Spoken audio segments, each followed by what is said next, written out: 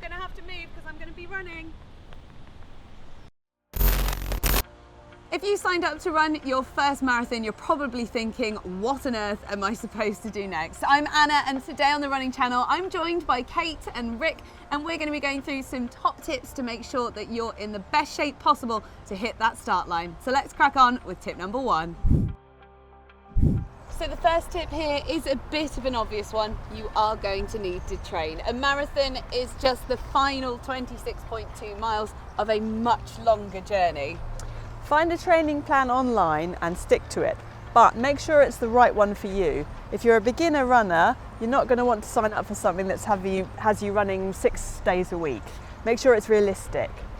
But also, even if you're only doing a couple of runs a week, be prepared that marathon training can really take over your life. You're going to think about it when you're awake, you're going to dream about it when you're asleep, and you're probably going to have a really large pile of laundry to deal with too. And if you do have a bad run during training, don't let it knock your confidence. It is natural to struggle. And your goals as you go through training, don't let them be set in stone.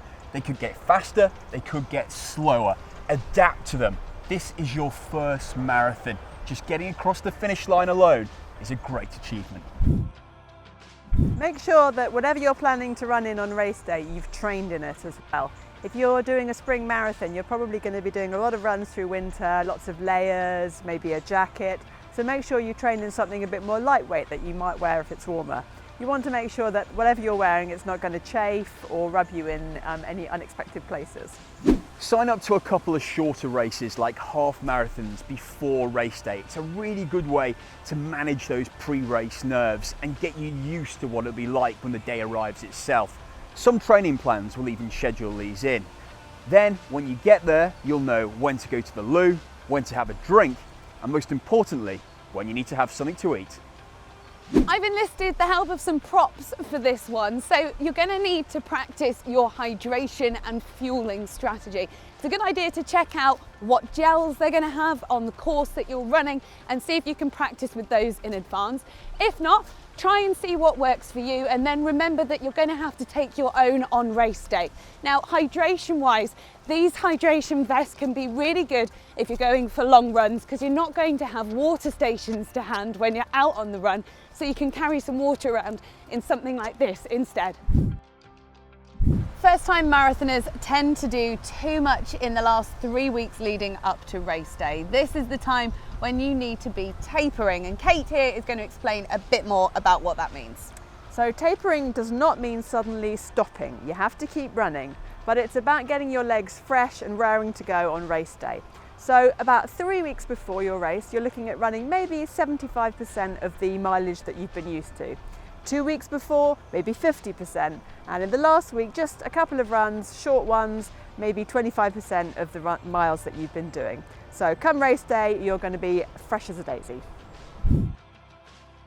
Make sure you're ready well in advance. You need to plan how you're going to be getting to the start line, what you're going to be having for breakfast, and on that, if you're staying away from home for your race, particularly if you're marathoning abroad, have a think about taking your breakfast with you. When I did my marathon in Budapest, I couldn't find a bagel for love nor money, and the place I was staying at didn't have a toaster either. It was a massive nightmare.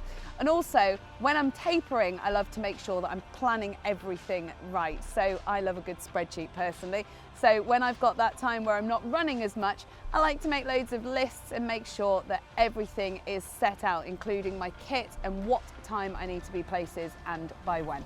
Yeah, get plenty of sleep in the week building up to marathon day because it's unlikely you're going to get much the night before. And do be mentally prepared for this. Even elite athletes do not sleep well the night before a big race. And as for your food, in the final few days leading up to it, you should be packing those carbs in the whole week, not just cramming with pasta and potatoes the night before. And on carb loading, check out our video on the Running Channel. There's plenty more on that.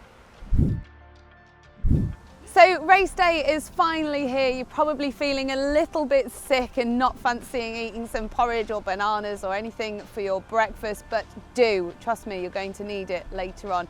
And here are some other of our top tips for race day. Nothing new. We cannot tell you this enough. Nothing new on race day. Don't wear anything new, don't eat anything new, and don't drink anything new. Don't set off too fast. If you've tapered well, you'll be feeling fresh and your legs will be ready to go. Do not speed off, because you could just crash and burn. And if you're running a big city marathon, don't get carried away when the crowds of runners start to thin out and you start to speed up. Stick at your own pace. Work out with your supporters exactly where on the course you're going to find them, exactly where mileage-wise, but also down to which side of the road they're going to be on as well, because when you're looking out for them when you're running, you may miss them. Bright colours, big inflatable safari animals, that kind of thing will make it really helpful to spot them in the crowd, because if you do miss them, it can be a little bit heartbreaking. So smile, remember to smile and enjoy yourself. You only get to run your first marathon once. And whatever you do, when you get to the end, do not compare your time with other people's. Comparison is the thief of joy. You've just finished it, you've done it yourself, you've gone out there on your own, you've just run a marathon. Hopefully you found some of these tips useful for your first marathon. Don't forget to like and subscribe to the running channel, and we'll see you next time.